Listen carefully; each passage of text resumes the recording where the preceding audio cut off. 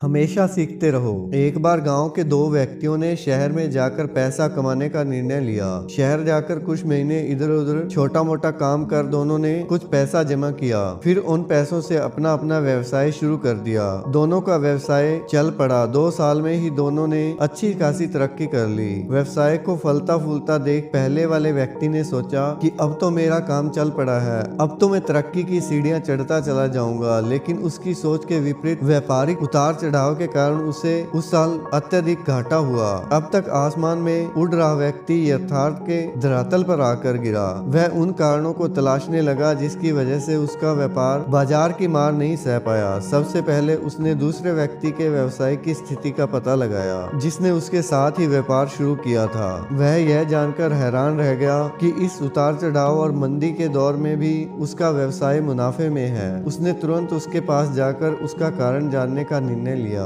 अगले ही दिन वह दूसरे व्यक्ति के पास पहुंच गया। दूसरे व्यक्ति ने उसका खूब आदर सत्कार किया और उसके आने का कारण पूछा। तब पहला व्यक्ति बोला, दोस्त, इस वर्ष मेरा व्यवसाय बाजार की मार नहीं झेल पाया, मुझे बहुत घाटा झेलना पड़ा। तुम भी तो इसी व्यवसाय में हो, तुमने ऐसा क्या किया कि इस उतार चढ़ाव के दौरान भी तुमने मुनाफा कमाया? यह बात सुनकर दूसरा व्यक्ति बोला, भाई, मैं तो बस सीखता जा रहा हूँ, अपनी गलती से भी और साथ ही दूसरे वाले की गलतियों से भी। जो समस्या सामने आती है उसमें से भी सीख लेता हूँ, इसलिए जब दोबारा वैसी समस्या सामने आती है तो उसका सामना अच्छे से कर पाता हूँ और उसके कारण मुझे नुकसान नहीं उठाना पड़ता। बस ये सीखने की प्रवृत्ति ही है जो मुझे जीवन में आगे बढ़ाती जा रही है। दूसरे व्यक्ति की बात सुनकर पहले वाले व्यक्ति को अपनी भूल का एहसास हुआ। सफलता के मद में वो अति आत्मविश्वास से भर उठा था और सीखना छोड़ दिया था। वह यह प्रण कर वापिस लौटा कि कभी सीखना नहीं छोड़ेगा।